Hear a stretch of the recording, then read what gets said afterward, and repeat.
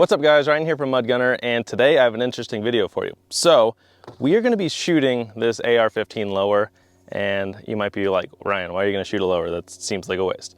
You're right, but yeah, this is a billet lower that I have for shooting purposes today. It's a legit lower, you can build it into an AR-15, but what we're going to be doing is we're going to shoot it with 300 Blackout. And the reason why I'm doing it with this gun, this is my Q Honey Badger. I want to talk to you guys about my Honey Badger, and I just thought it'd be a fun video in general. But I have an issue with this Honey Badger right now. I've had it for years. I've bought it in 2018. I think my tax stamp cleared in like 2019. But this is one of the early Honey Badgers, like first edition or first gen Honey Badgers from Q. And my lower is officially cracked, which kind of sucks, but we're going to talk about it.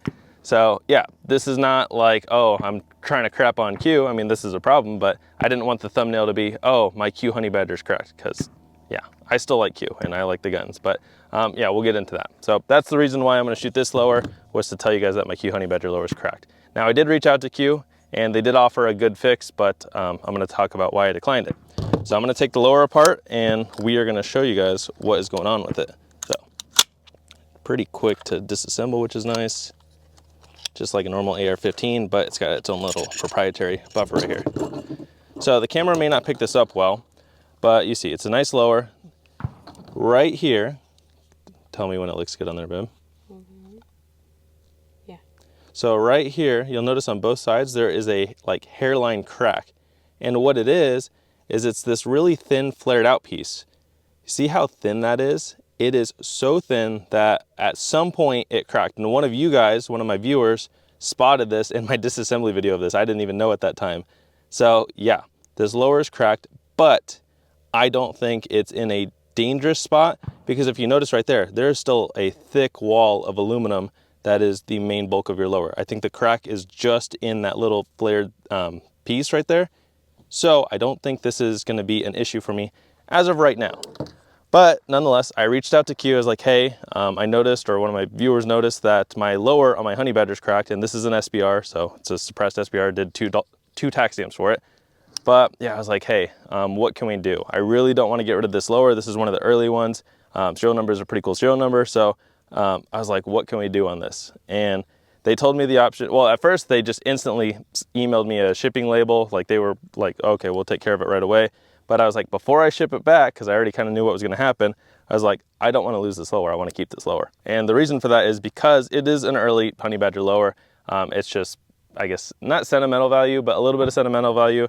It was my first SBR and everything, and first 300 Blackout. But I also think it's cool, and stuff like this eventually could, you know, go up in value. I'm not worried about that too much, but yeah, just Gen 1 Honey Badger lower, I didn't want to lose it. And they said, and this process took about a week, but they were pretty quick on emails and stuff. The person I was emailing, they were like talking to their higher ups, and their fix was, we will replace your Honey Badger lower for free. So send it back, we'll send you a new one, and we'll pay your $200 tax stamp. That's a great service from any company, right? Like they're out the $200 tax stamp. So they were willing to completely replace this lower for free and pay my $200 tax stamp. But I declined because I told them under no circumstances I want to lose this lower. I said, if you guys could please replace the lower and let me keep this one, I promise I'll never shoot it again. But yeah, they said that's not going to work. So basically, I'm keeping the lower. That's my choice at that point, right? The company made the choice to fix it, make it right for me, but I declined it, so that's on me. Again, I don't think it's in a catastrophic spot, because it's just going to be over this rear takedown pin. Obviously, there's going to be some pressure there, and I mainly shoot subsonic ammo. Like 90% of what I shoot is subsonic ammo. But yeah, I think that's still going to be thick enough for a while, but I'll monitor it. And they told me that. And I guess this was just a thing with the early Honey Badger lowers. So if you bought a recent one, I don't know how recent, but they told me this was just an issue with the early ones. But if you guys have a modern one and it cracks, let me know down in the comments below. But yeah, again, I think Q did the right choice. Again, they were going to replace it for free and pay the $200 tax stamp. That is all you can ask for. But yeah, I just want to keep my lower. And I'm hoping at some point they sell the lowers, because you can't get just a Honey Badger lower. They don't sell them. So at some point, maybe they'll do it. But for now, I'm just going to rock it. And then if it ever breaks to where it completely fractures, and maybe they'll replace it at that point. But sorry, we're out in the desert, so there's cars driving by. I hope they don't shoot me in the back. Yeah. Maybe at some point they'll be able to replace it if it like fully breaks and is no longer usable, but I just really want to keep it. So Yeah, we're gonna shoot this lower today because I wanted to talk to you guys about my crack lower. But again, I've been shooting this gun with the crack lower, no problems. I'm not shooting supersonic ammo, that's gonna have higher pressure. So let's get into it. And I also wanna shoot this lower because I know 300 Blackout is just gonna obliterate it. I wanted to shoot it with this too. So I got this Savage B22 out here, it's suppressed. We're gonna shoot it with, what is it, Federal. It's a 38 grain copper hollow point moving at 1260 feet per second. I just wanted to see what it'll do because I was also curious how strong a billet lower is. But yeah, the 300 Blackout's gonna punch right through it. So yeah, let's get it set up. All right guys, I'm gonna show you what we're doing. So the 22 that I have, the scope that came with it, it was already on there and the eye relief is terrible. But you can see I was aiming right here. Can I have you come a little closer? I was just seeing where the 0 is on it. I was aiming right here with that ammo and hitting just to the left. So my plan is, you see the lower we have right here? I think I'm gonna aim, I wanna hit it right here first. So I think I'm gonna aim like just kind of right here on the edge and hopefully hit somewhere right there. And I forgot my GoPro. Well, I didn't forget my GoPro. I couldn't find all the stuff I needed for it and I didn't charge it in time. So we're gonna set up Gabrielle's phone here. She's letting me be a test dummy with it. And we're gonna try to record this for you as best we can. This is plexiglass, so if anything bounces off, it's not gonna go through this. So she was worried that I would shoot her phone, but I'm like, if I'm aiming here and hitting here, I don't think I'm gonna miss by that much. At least I hope not, but no promises. So I'm gonna set this up to record. It's not gonna be like the most crystal clear footage, but it's gonna be pretty good. And then we're gonna shoot it with the 22 and then the 300 Blackout. So I'm gonna record here and then we'll run down there and shoot. Shotgun shell in there. Yeah, just don't want it to fall. All right, so that's recording. And let's go shoot. Come on, let's go. All right, going hot. Eye relief is really bad on this. I gotta adjust it to me. Oh, we hit it. I don't know if it went through, but it definitely bent the shit out of it. This does not pick up those rounds very well. All right, it's on safe. Let's go check it out. It spun it around. I'm gonna run over there so I can turn off your phone, but you can keep on recording. Oh yeah, that dented the crap out of it.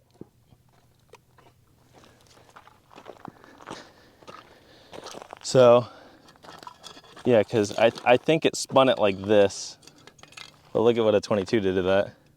Dang. That's pretty durable though. Look, it didn't do anything to that side. Wow. I can't even tell if it like... I don't think it went through at all. Well, it definitely went in, but I don't know if it hit that wall on the inside there. Yeah. So, and this is fairly thin. This one's gonna be thinner, I think. It looks like this side is thicker, so I think we'll shoot it on that side with the 300 Blackout. But I think it'd be kind of cool to aim for that.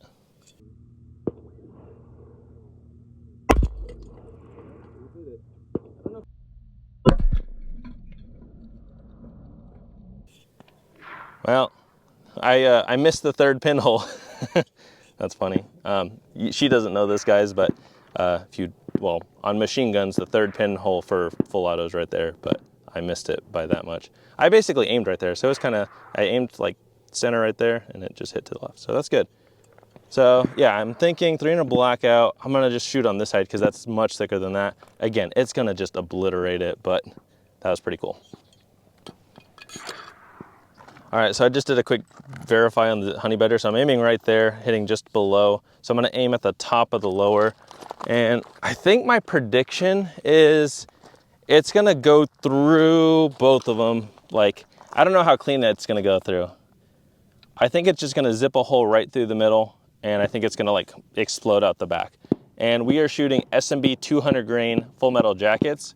So it's moving, I think, around 1,000, 1,050 feet per second. That 22 is moving at 1,260 feet per second. I have it on the box over there, but yeah, the 22 did not go through that second one at all, didn't even make a dent. So this is similar velocity, but a 200 grain bullet versus a 38 grain bullet. So I think it's gonna make a clean hole through the front and explode out the back. Now it's definitely gonna cave it in like this. I mean, I would say this is a pretty clean hole right there. So yeah, that is my prediction. I'm gonna aim kind of just top right here and hope it hits kind of center right there. So we're gonna go set that up, and yeah, I'm gonna record her phone and not hit it. All right, going hot. Let's hope for a clean hit.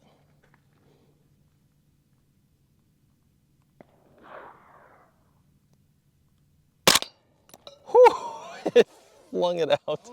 That was awesome. Did you get that on your side too? All right, guns on safe. Let's go check it out. Right off that buffer tube. That buffer tube I just screwed in there and used the castle nut to hold it in place. I don't even remember if I had an end plate on there. Oh, it definitely snapped it right off. That's awesome. That's a good amount of force. All right, we'll stop that. And on that 22, I found the bullet that broke off or that like fell out. But yeah, it may have just stripped it out. Cause yeah, I just did this to hold it in place, but it flung that thing. So look, cinder block was right there. Let's see how far back it went.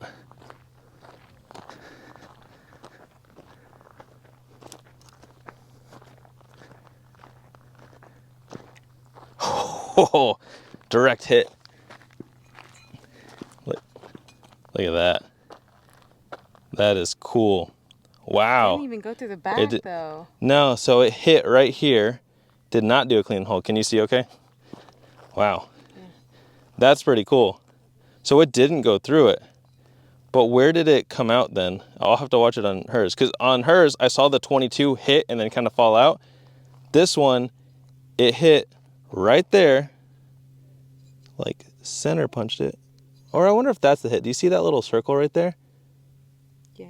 But there's no way it wouldn't have gone through. That's crazy. That's pretty durable though.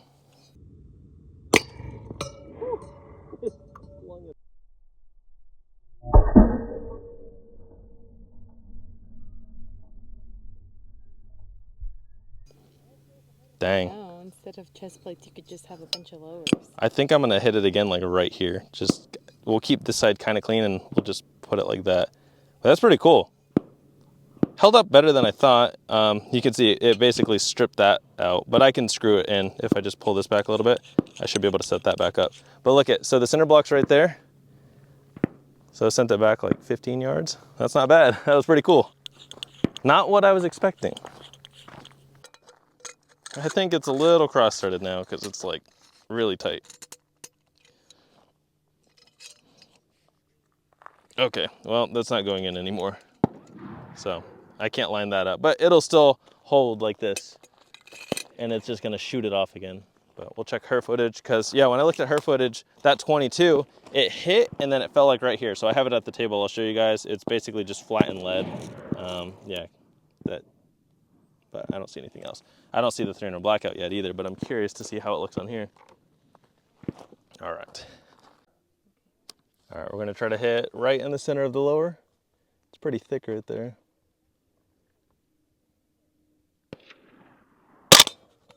Well, it did not shoot it as far away. Let's go check that out. Holding up pretty good.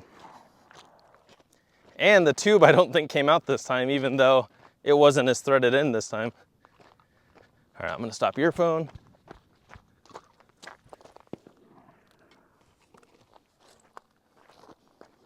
It knocked the cinder block over though. Wow, so it just broke it off. That's crazy. Did it even go through the back? Yeah, look. So this time there's a dent on the inside there. You can see it right here. But it didn't go through. No. And it didn't shatter this. That's barely threaded in there, but being cross-threaded helps. So cross-threading your stuff is good, guys. Actually, don't listen to me. It must have just shattered that part. I'm curious where it went. Because like, that doesn't even look like an entry hole, right? Like it literally just hit right there and broke the weakest part off. That's crazy. That's pretty cool though. Like you can see it's stress cracking right here. Well, it did not shoot it as far.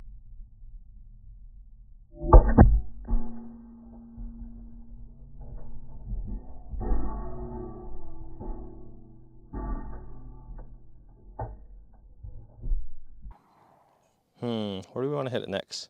Let's hit it in the trigger guard area right here. This is super thick. Like this whole spot is just thick aluminum. So we're gonna hit that. I don't know why I'm trying to friggin' tighten this. It's not doing anything. That's cool. I know some of you guys might be like, what lower is that? It's a Swap Firearms out of Campbell, Texas. I've never heard of them, but yeah, that's some pretty thick aluminum. And I know you guys are like, well, I need an AR-15 that can stop a bullet. Well, this can stop it, but it's probably not gonna be very functional after that. But it's holding up better than I thought. I thought we were only gonna get one round at it, but now it's taken two. and we'll see what it does over here. All right, go and hunt. The dot basically just covers the hole, like just above where the trigger would be, so I'm gonna just center it. Oh, that did even less damage because it just like flopped it over. I don't think it went through. There's no way it went through because that's the thickest part.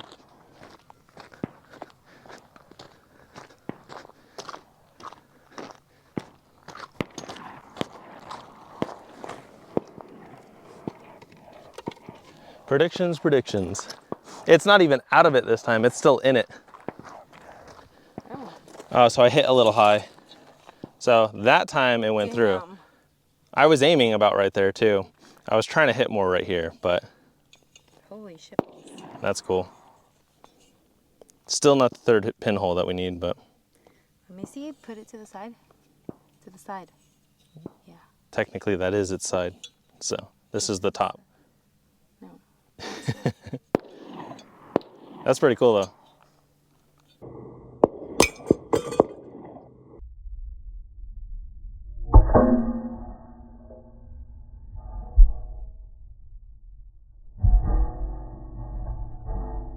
That's crazy. That's why I didn't launch it, because it didn't stop it. It zipped right through. So now you can't tell it was shot with the 22. The 22 loosened it up. I still want to hit it like right here. So I need to aim like right here. All right, let's do that again. I need to hit.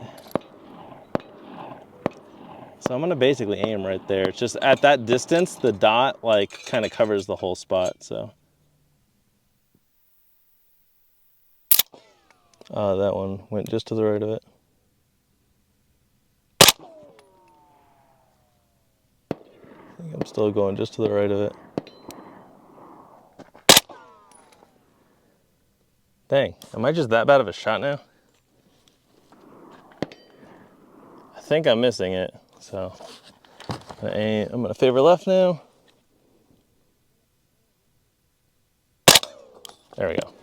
Okay, we'll pretend those last two didn't count, even though I'm gonna show them in the video for you guys.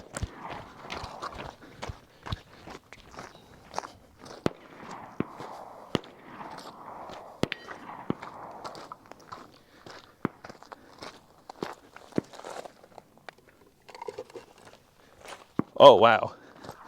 That's different. Look at that. What the fuck? Dude, it stripped it. Is that the round? That should be the copper. It's probably gonna be warm. It's not bad. Wow. It's stuck in there. Dang, that's pretty cool. That's crazy. So where did it go? I think it went in whatever lead, because this is the copper jacket. It looks like it may have followed that path because it didn't come out right here. I'm still trying to hit lower, guys, so that's insane. I'm gonna leave that there, but all right, we're gonna just aim a little bit lower then. Yeah, that's all stripped. That's crazy though.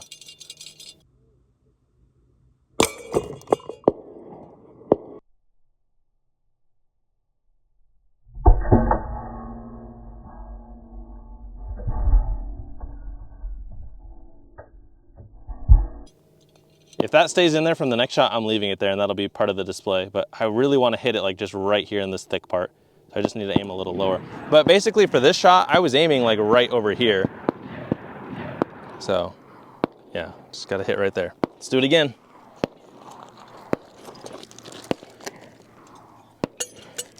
Okay. I think that hit where I wanted it to hit. I'm hoping this is the final round. Like I won't complain if I have to shoot it more, but that was pretty cool. And I want to keep this lower as just a display.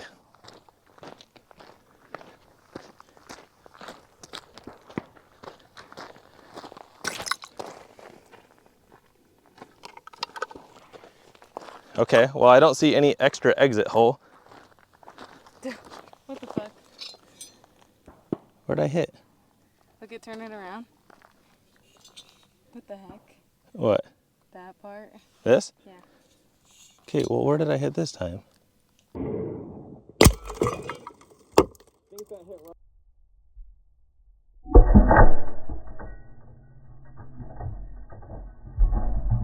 Okay guys, I hit the brick, that's why. I was like, where did I hit the lower? Because if I would have hit higher, it would have taken that piece out. So I must have hit the brick itself. Okay, so I was too low. I was aiming like right here. So I'm gonna try to aim like right there. But okay, that makes more sense. I was like, there's no way I hit higher. This thing is not very steady in here now. All right, so we're gonna try to hit like right here. Just somewhere, like I don't care if it's anywhere right here. So I think I'm gonna aim for this bullet and hopefully hit just like right there. Let's try it again. All right, going hot. I think it was just too low.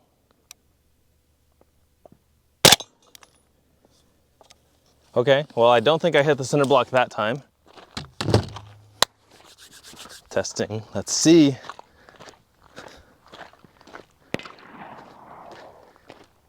It's losing the energy to be flung too, if you notice. Like it's like, I'll just stay here.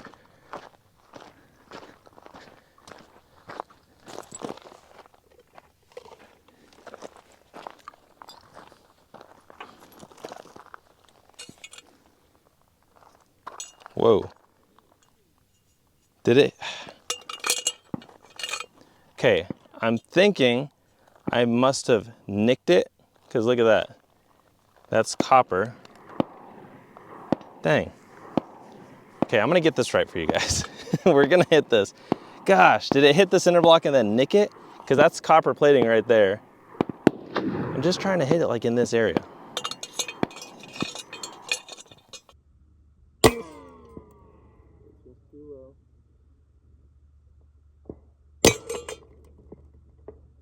Okay, well I don't.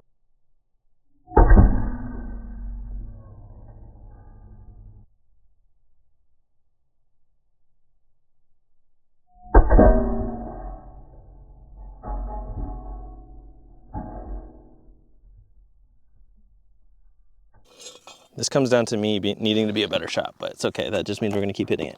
Okay, just a little bit higher. We're good. Okay, going hot. I don't know where that hit, but we're gonna hit it again anyways. The first two definitely hit it, but I may have hit at the thinner part. So let's get in some holes. As you can tell, there are other people shooting too, that's okay.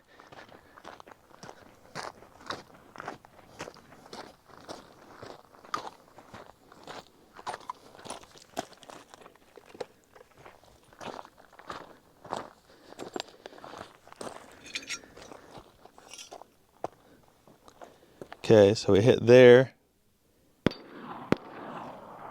Dang, that's crazy. It nicked it and like bounced. So it didn't even like fully go through that. That's crazy.